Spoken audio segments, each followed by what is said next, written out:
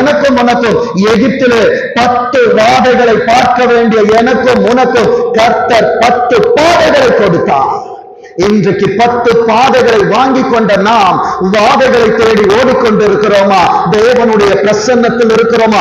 இதுதான் கர்த்தர் இன்றைக்கு சபையை பார்த்து அவர் கேட்கிற ஒரு கேள்வி.